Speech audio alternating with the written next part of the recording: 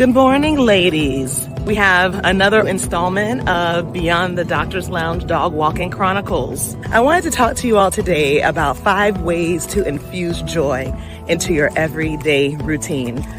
I know a lot of us women physicians who are in this group have experienced or may even still be in the throes of burnout, overwhelm. As we know, as we live, life can just get more complicated. So I just wanted to talk to you about ways to infuse joy into your everyday life it's great when we're able to get away. It's great when we're able to do spa days and things like that. But the truth is, if we're not infusing joy in our everyday life, it can be hard even to enjoy getaways and spa days and girls' weekends and things like that. So we really have to remind ourselves, if this has been a challenge for you, we really have to remind ourselves on how to infuse joy and enjoyment into our everyday life.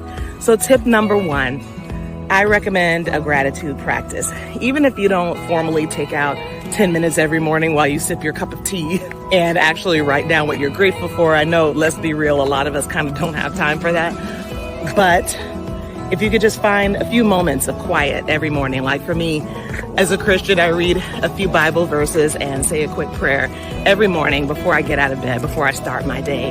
And of course, a part of that is gratitude. So is there some way that you can incorporate a gratitude practice and just think about what's right in your life? Even if there's a lot of things that aren't where you want them to be, what's right in your life? 2, take breaks. You know, sometimes we think of a break as a week-long vacation or, again, a spa day on a Saturday off, and that's all wonderful. We all look forward to those kind of things. But it's really important that you find time for breaks, even during your busiest days.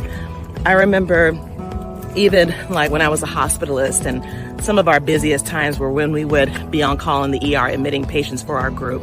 But when you can, even a 5 to 10 minute break, eat, if you can ignore a few pages here and there that aren't emergencies, and just take time out to just have a little mental break, try to do that. If you have to zone out and play Candy Crush, if that's the way you take your break, that's okay. The most valuable thing we have is time. So sometimes you do have to steal that back, take it back. 3, connect with others. And I think nowadays it's easier and harder to connect. Sometimes we seem very connected, but sometimes our connections can be quite shallow. But find a way to connect. Find your tribe, that sister or brother or coworker or friend. Try to keep in touch. Try to take time out daily to connect with someone. Just spend some connection time, whatever that means to you. 4, time in nature, as close as you can get to nature. And I don't mean a big hike. If you can take a weekend day out, go on a big old hike in your city, that's wonderful. But even walking your dog. I don't know if you'd call this walk around my neighborhood nature, because it is actually a community.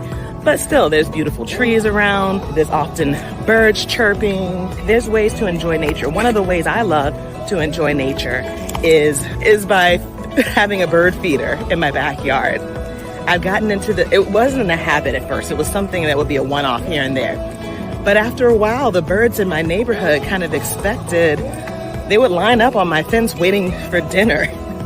And then it became something that I felt obligated to do, and then eventually something that I actually enjoyed. So what are some small ways that you can enjoy nature? Do you have a bird feeder? Can you put one in your backyard and maybe draw a few exotic birds? You know, I have cardinals and all kinds of beautiful birds that come. Sometimes just pigeons, sometimes squirrels. I don't necessarily want to be feeding the squirrels, but hey, they're nature too. I love looking at butterflies. I absolutely love butterflies. And so I'm hoping to plant a butterfly garden so that I can attract in a lot of butterflies this spring and summer. I think it's still spring. All right, so find your way enjoying nature, even if only for a few minutes a day. And number 5, and honestly, I really feel like this is probably the most important and the most neglected thing on this list.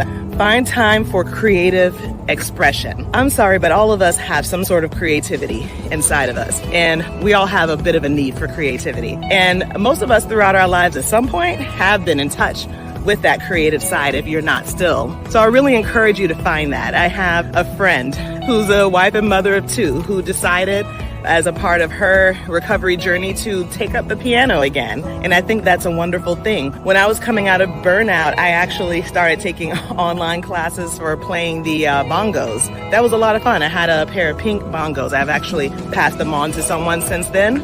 But also singing is an important part of my life. I have always sung in some capacity throughout my life when I've had time. Obviously through med school, residency, and clinical practice, that was difficult. But even as an attending, I would still sing at my church, and it was a challenge making it to rehearsals. They knew I wasn't going to be there every week, but I did what I could, and it was a real creative outlet and actually something that I plan to get involved with again. There's just something about balancing out our scientific, logical, boss girl side with some creativity. So whether you like singing, playing an instrument, painting, crafts. There was a lady in my neighborhood who used to paint rocks and put them around the neighborhood. She was a retired nurse. So that was her way of expressing her creativity. If you have kids, maybe getting involved in arts and crafts with them. That's something that I know my mom used to do with me when I was a kid. And so just rediscover that creative side if you've let that side go. It's within you. All right, here are my 5 ways to infuse joy into your daily routine. See you later, BDL. Have a wonderful day. You don't have to do all 5 of these every day, but start incorporating small infusions, small boluses of joy throughout your day. Talk to you later. Bye-bye.